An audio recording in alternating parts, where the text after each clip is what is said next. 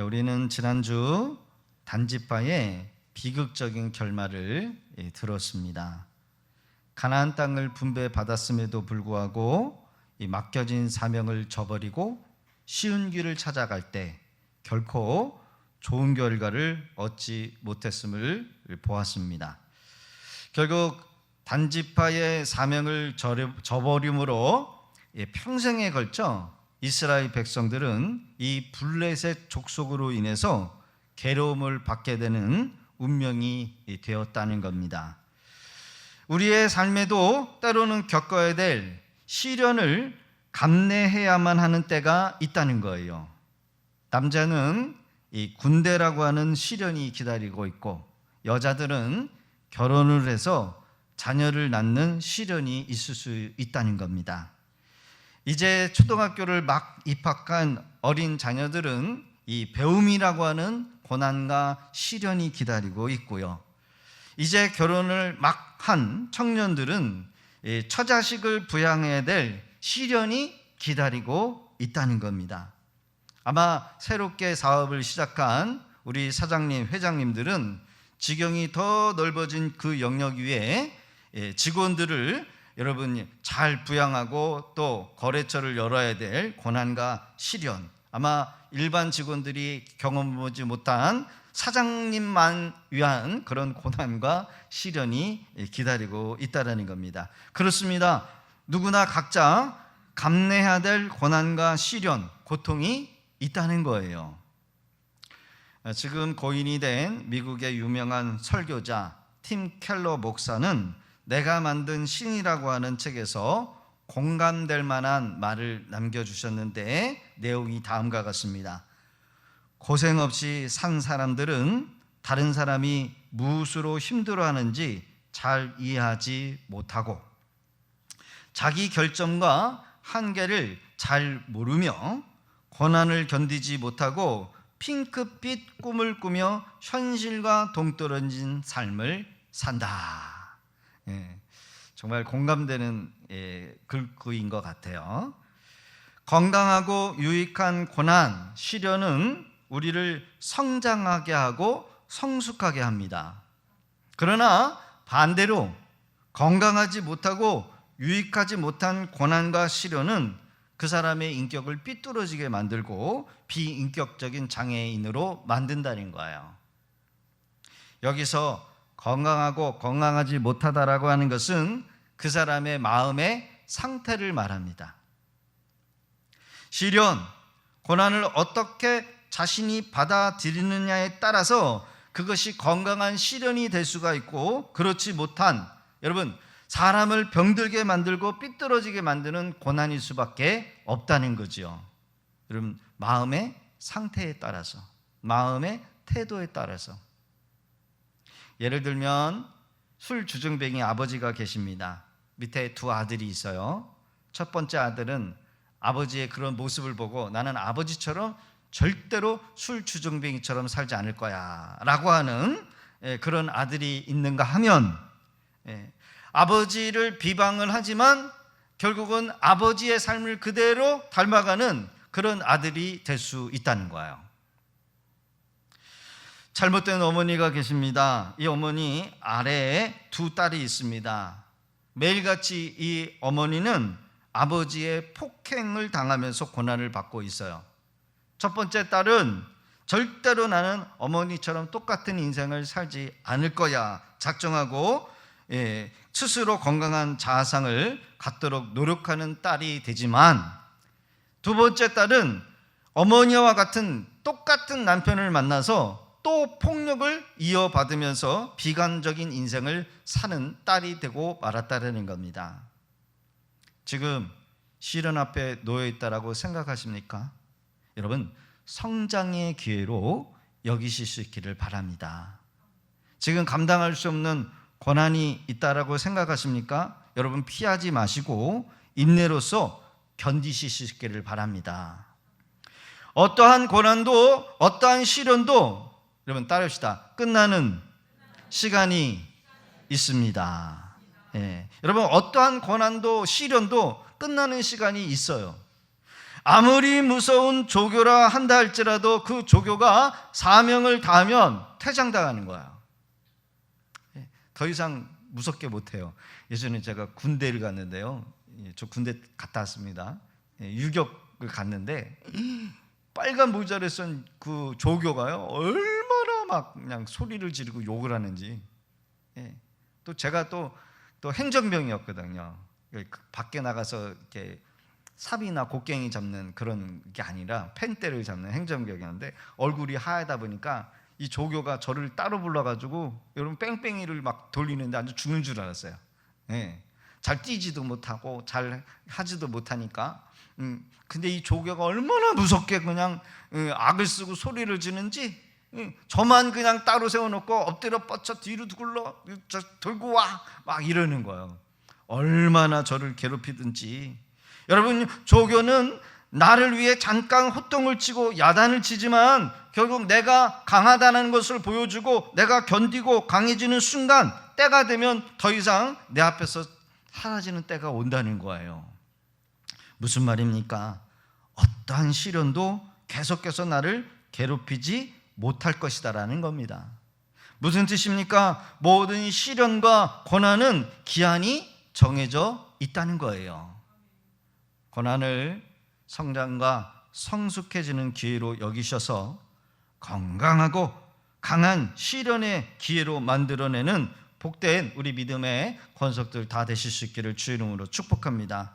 오늘 본문이 주는, 우리에게 주는 몇 가지 교훈을 통해서 우리가 함께 은혜 나누기를 원한다는 거죠. 첫 번째로는요, 성장하는 기회로 여겨야 한다는 겁니다. 야고보서 5장 10절 같이 한번 합독합니다. 시작. 형제들아, 주의 이름으로 말한 선지자들을 고난과 오래 참음의 본으로 삼으라. 아멘. 우리 믿음의 선배들, 고난과 오래 참음으로 믿음을 지켰다라는 거야. 그것을 본으로 삼으라는 거죠. 성장하기를 포기하는 사람은 성장 후에 오는 축복과 가치를 모른다는 거예요. 성장을 포기하는 사람은 성장 후에 오는 복과 가치를 모르기 때문에 견디지 못해요. 그래서 성공하고자 하는 열망은 누가 가지는가? 여러분, 살면서 무시를 당해본 사람만이 여러분 그 무시가 성공의 동기부여가 되는 경우가 많아요. 누가 성공하는 열망을 가지는가? 살면서 무시를 당해본 사람만이 나는 다시는 내가 이렇게 살지 말아야 되겠다, 그러면서 성공하고자 하는 것이 동기부여가 된다는 거예요. 어린 자녀들은요, 공부하기 싫어합니다. 도대체 내가 왜 이 공부를 해야 하는가 라는 거죠. 그런데 인생을 어느 정도 살고 보고 난 후에 사회생활을 하면서 왜 그렇게 부모가 공부해 잔소리를 했는지 뒤늦게 알아요.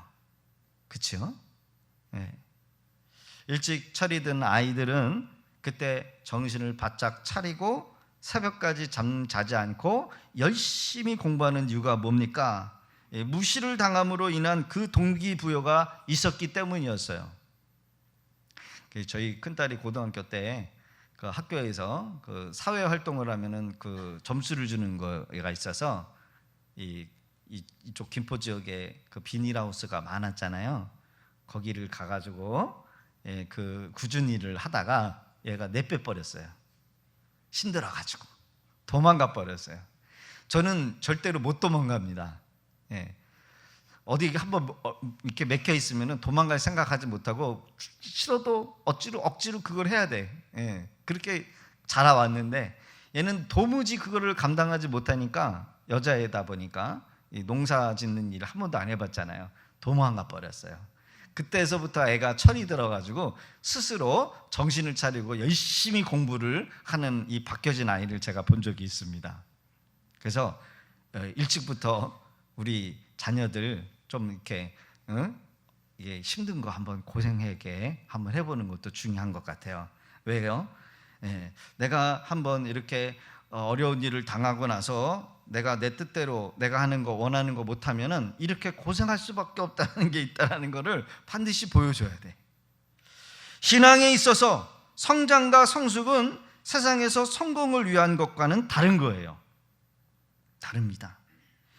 신앙에서 성장해야 될 이유는 뭐예요? 우리가 죄를 분별하고 죄를 이기기 위한 것이기 때문이라는 겁니다. 여러분, 우리가 왜 성장해야 합니까? 왜 신앙에서 성장하고 성숙해야 되니까? 여러분, 죄를 분별해야 될 힘이 생겨야 돼요. 죄를 이겨야 될 힘이 여러분 신앙 성장의 유익이기 때문에 그렇다라는 겁니다. 자, 베드로전서 4장 1절과 2절 같이 한번 말씀 봅니다. 시작. 그리스도께서 이미 육체의 고난을 받으셨으니 너희도 같은 마음으로 갑옷을 삼으라. 이는 육체의 고난을 받은 자는 죄를 그쳤음이니 그 후로는 다시 사람의 정욕을 따르지 않고 하나님의 뜻을 따라 육체의 남은 때를 살게 하려 함이니라. 아멘. 육체의 고난 받기 전과 고난 받은 후의 삶의 변화가 무엇이라고요? 바로 육체의 고난을 받은 자는 죄를 짓지 않는다는 거예요. 한마디로 여러분, 죄가 죄인지를 몰라서 죄를 졌을 때는 코대기 매를 맞죠, 그렇죠? 예, 엄마한테 아버지한테 코대기 맞아요. 예, 너 하지 마 그래가지고 막 장난쳤다가 옆에 있는 병을 하나 탁 깨고, 예, 그때서야 이제 회초리 가져와. 너 분명하게 말했어 안 했어? 예, 했지요. 예, 너 그렇게 장난 심하게 치다가는 너 사고 칠 줄을 알아볼라. 근데 사고 치고 나니까 이제 그때서부터 이렇게 심하게 장난치면은 매를 맞는구나라는 것을 이제 그때를 아는 거예요. 바로 죄를 그쳤다라는 것은 그런 의미요. 이것은 죄로 인해서 고난이 무엇인지를 경험해 봐서 아는 겁니다. 고난이 오기 전에는 죄의 열매도 모르고 죄의 결과가 무엇인지를 몰라요. 사람의 정욕을 따라 삽니다. 하나님을 거역하는 것이 무엇인지 모르고 살았는데 이제 고난을 겪어보니까 하나님이 싫어하는 것, 그게 무엇인지 이제 알았다는 거예요. 여러분요, 사람은 하나님 앞에 혼나지 전까지는 계속해서 자신이 하고 싶은 대로 자기 고집대로 살고 싶은 것이 우리의 욕망입니다. 그런데 그렇게 살다가 장애가 와요. 막힘을 경험해요. 뭔가 내 뜻대로 될 줄 알았는데 안 돼. 실패를 경험해요. 좌절하게 됩니다. 그러면서 여러분, 사람 위에, 내 위에 누가 계시다라는 것을 그때 알게 되는 거예요. 이것은 고난을 통해서 얻어지는 지혜입니다. 그러기에 고난은 신앙에서 유익한 거예요. 여러분들의 믿음을 성장시키고 성숙하게 하는 유익이 된다는 겁니다. 믿음을 가진 성도 모두에게는 거기에 상응하는 시련이 있기에 사랑하는 성도 여러분, 고난을 두려워하거나 피하거나 이상히 여길 것이 아니라 성장의 기회로 여기실 수 있기를 바랍니다.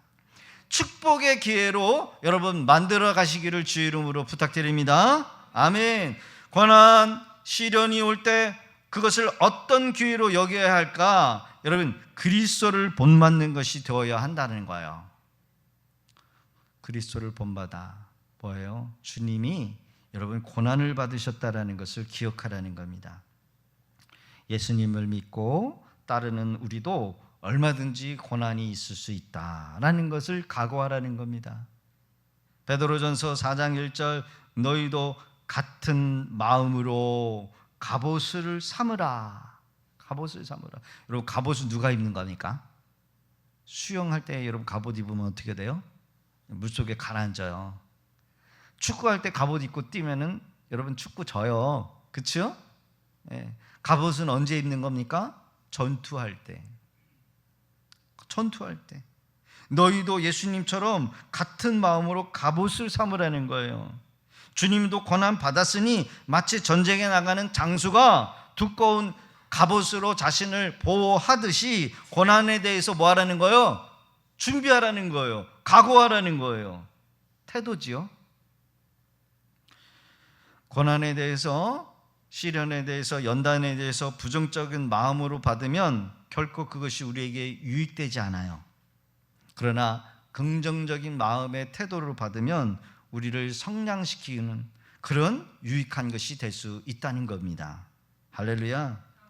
특히 주님의 일함에 있어서 여러분 일을 하다 보면 자존심도 상해요. 무시를 당하는 일 같은 일도 많습니다. 그러나 그것을 극복하게 되면 별것 아닌 것처럼 이기고 나면 여러분 공동체를 더 유익하게 할 수 있어요. 여러분 앞서서 일하는 사람들은요 공격을 많이 당합니다. 니까지 같은 게 하니? 야, 능력도 없으면서 너 전공자도 아니잖아. 너 그거 잘 못하잖아. 이렇게 우리를 공격을 해요. 그러나 반대로 여러분 이기지 못해서 나가 떨어지면 여러분 신앙의 공동체에 많은 해를 입히게 됩니다. 더 나아가 내가 받아야 될 은혜, 여러분 믿음의 성장의 기회를 놓칠 수밖에 없다는 거예요. 그 예가 여러분 단지파의 소멸로 예를 들 수 있어요. 하나님께서 주신 사명, 블레셋 남쪽 끝에 나가서 그 블레셋을 다 몰아내야 될 이 단지파의 사명을 저버리고 북쪽으로 올라와 버렸어요. 결국 역사 속에서도 사라지고 그 단지파로 인해서 이스라엘 전체는 블레셋으로 인해서 영원토록 고난을 당할 수밖에 없었다는 겁니다. 사랑하는 성도 여러분, 맡겨진 것에 충성을 다하시고 고난과 연관과 시련을 성장의 기회로 여기셔서 주님께 인정받는 믿음의 성도님들 되시기를 주의 이름으로 축복합니다. 충성된 정직에는 칭찬과 상급이 있다라고 해요. 충성된 자에게는 하나님이 영원토록 면류관을 주시겠다라고 말씀하십니다. 그 은혜의 주인공들이 오늘 말씀을 듣는 우리 믿음의 성도님들 되시기를 주의 이름으로 축복합니다. 두 번째로는 인내와 소망을 이루는 기회로 여겨야 한다는 거예요. 고난, 시련, 연단, 여러분 인내함으로써 참음함으로써 소망을 이루는 기회로 여겨야 한다. 자, 야고보서 5장 11절 시작.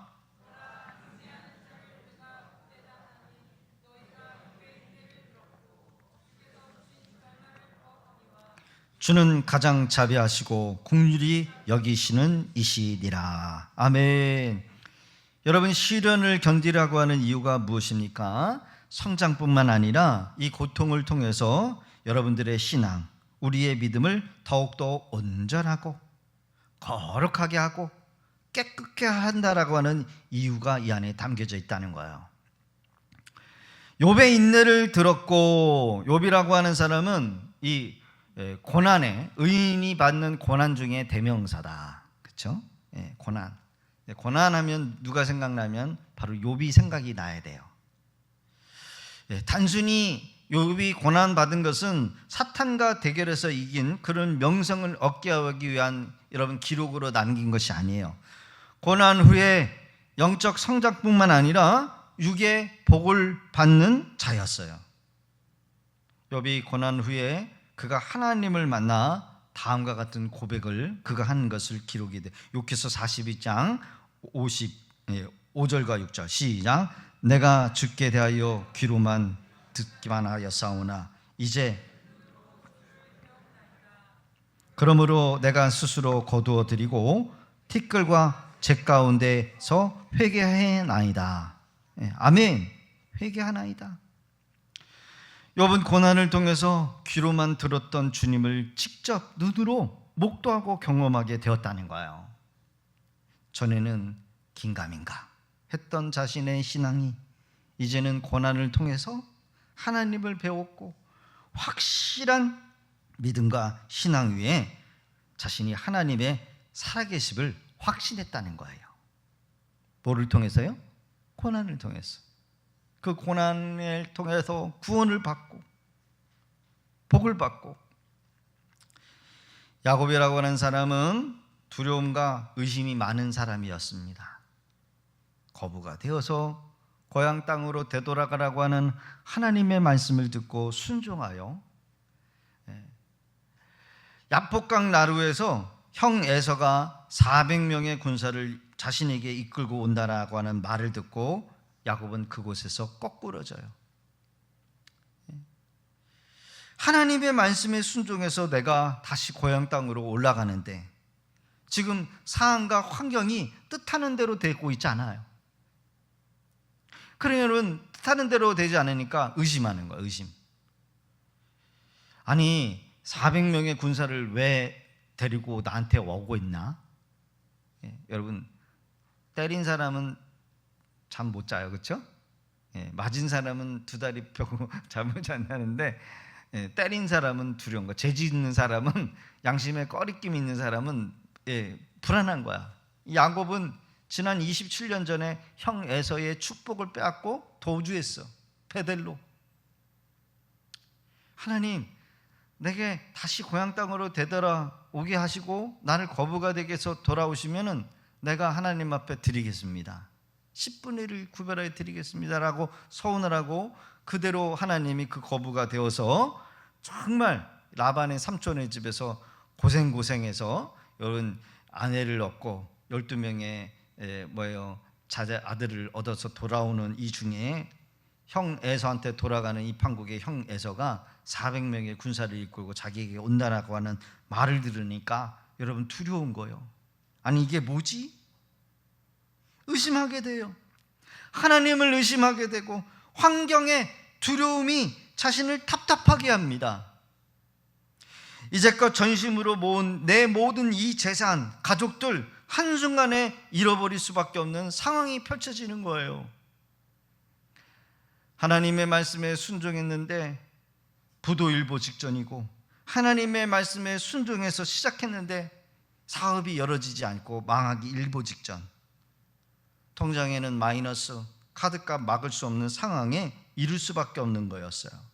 하나님을 향하여 의심하며 원망한 그런 판국으로 지금 갈 수밖에 없는 이때에 야곱은 가족을 앞에다가 전진시켜 놓고 야복강 나루턱에서 기도하기 시작합니다. 다른 사람들 보기에 이 야곱이 마치 씨름하는 것처럼 보였을 거예요.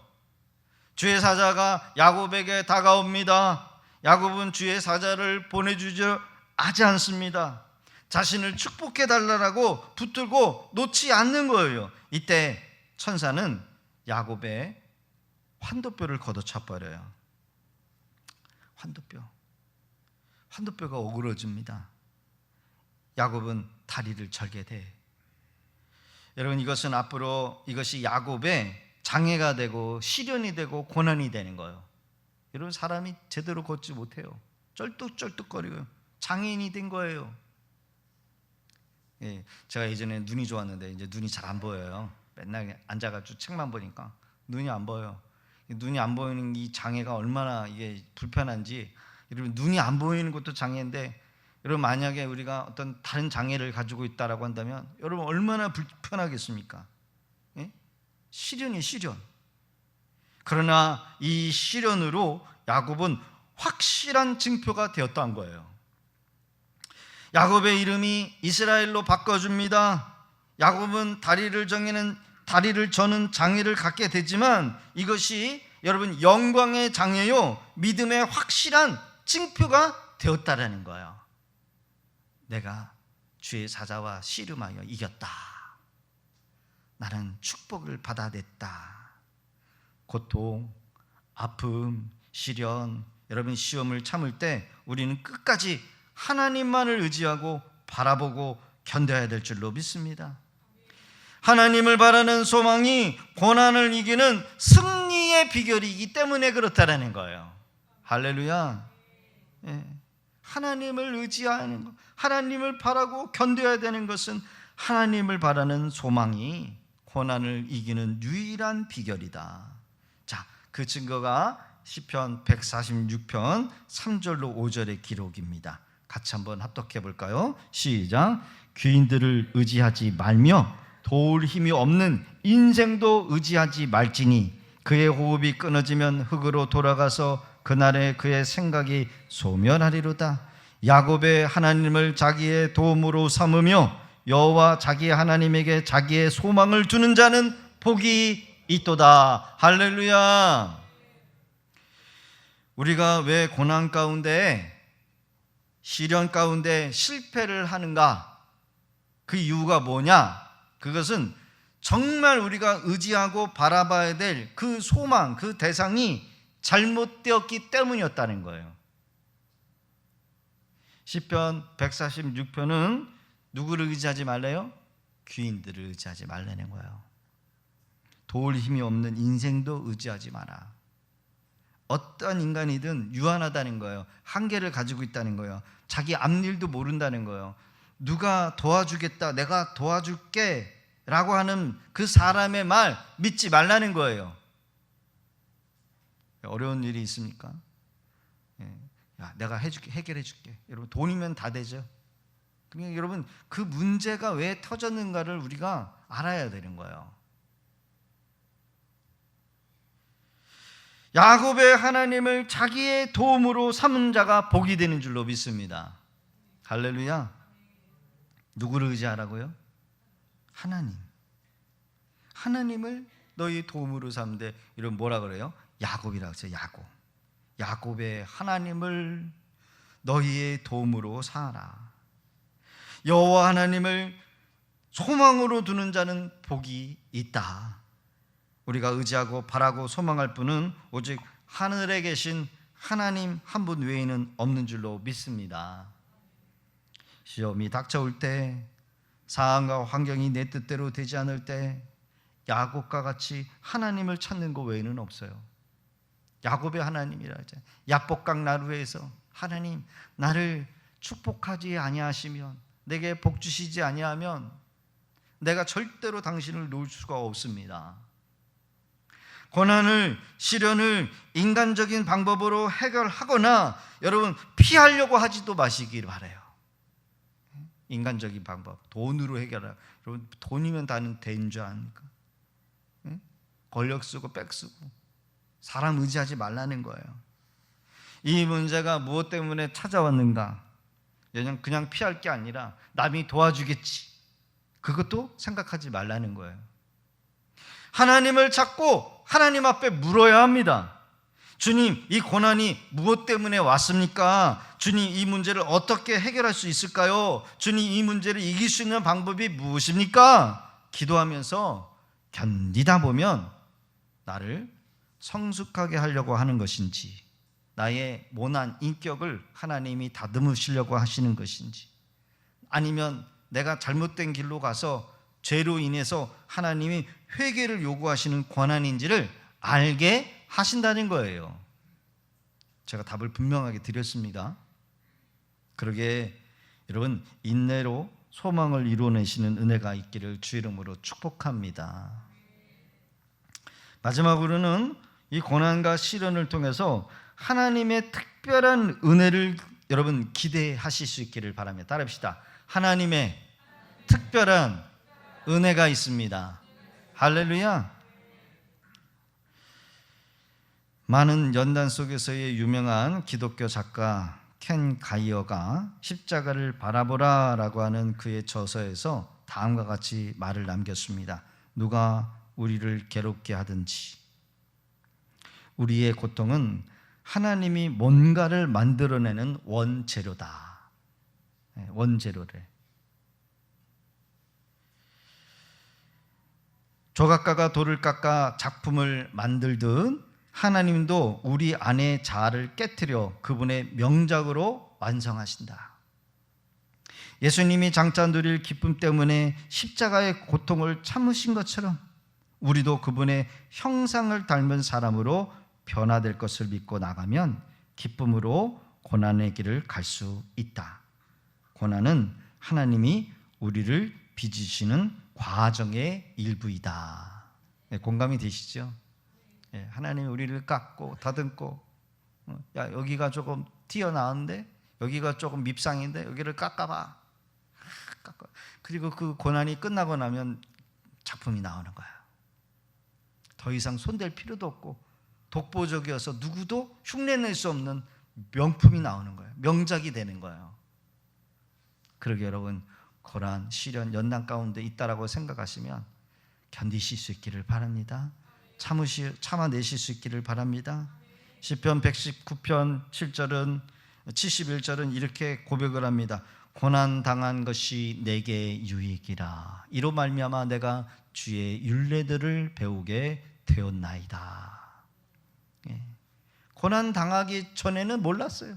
그러나 고난 당하고 난 이후에 고난을 통해서 내가 하나님의 말씀을 찾고 말씀을 배우게 되었다는 걸, 결국 말씀대로 살아가는 것이 하나님의 영광을 드러내는 삶이었다라는 것을 지금 고백하고 있다라는 겁니다.